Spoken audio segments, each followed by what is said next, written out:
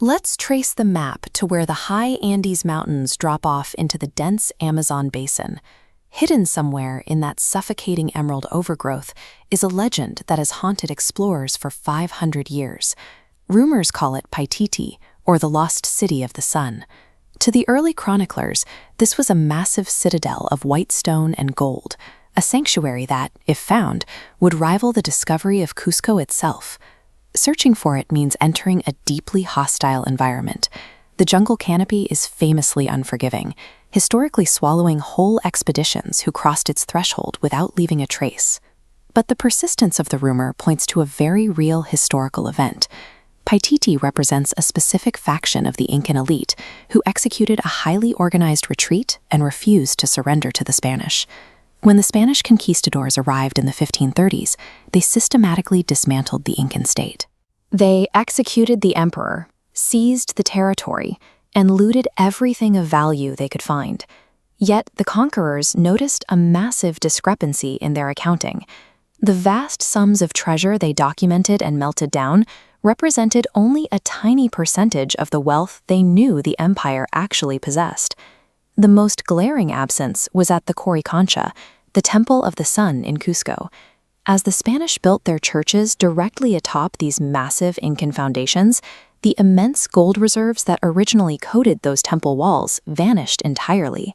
That staggering volume of missing treasure, combined with the sudden disappearance of thousands of nobles and high priests, indicates a massive, coordinated evacuation deep into the high forest. While Western histories often treat the fall of Cusco as the absolute end of the empire, Quechua oral traditions describe a completely different sequence of events. They speak of a contingency plan executed deep in the Antisuyu region.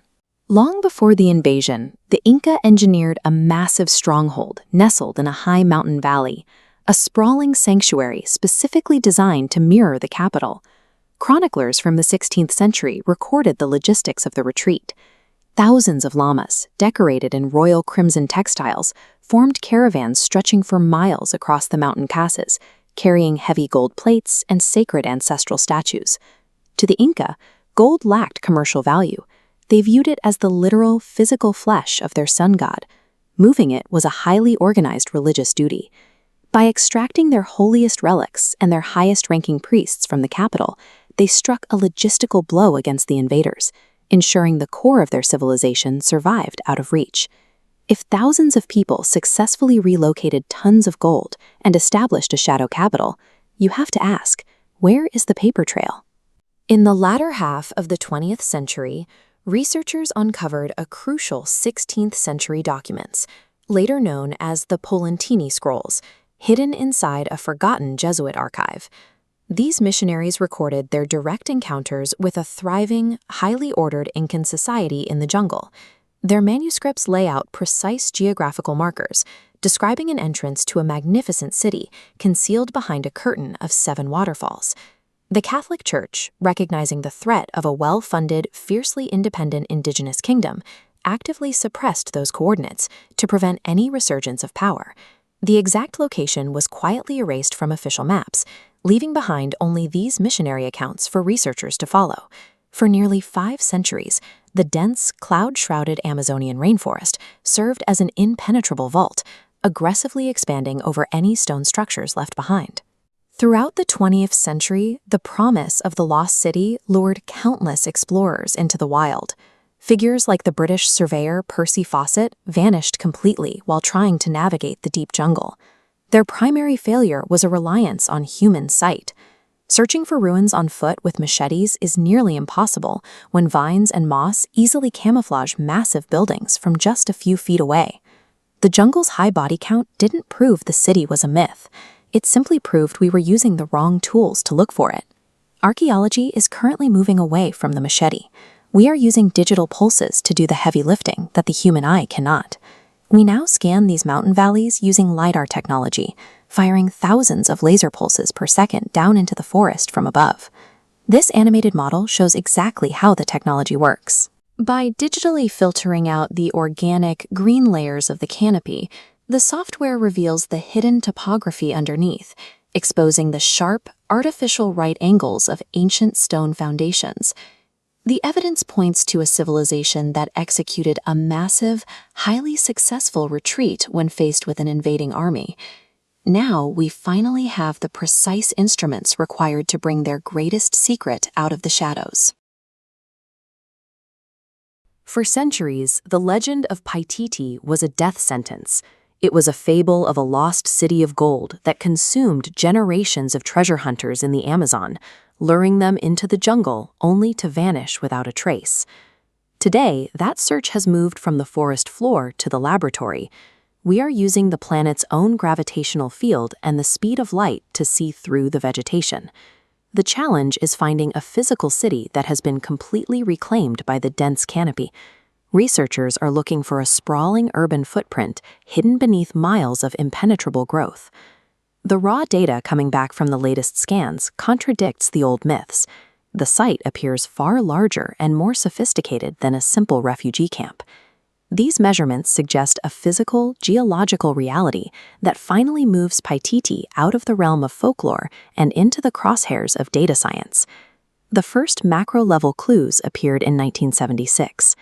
NASA's Landsat satellite captured 8 perfectly symmetrical, pyramid-shaped structures, arranged in a double row deep within Machu National Park.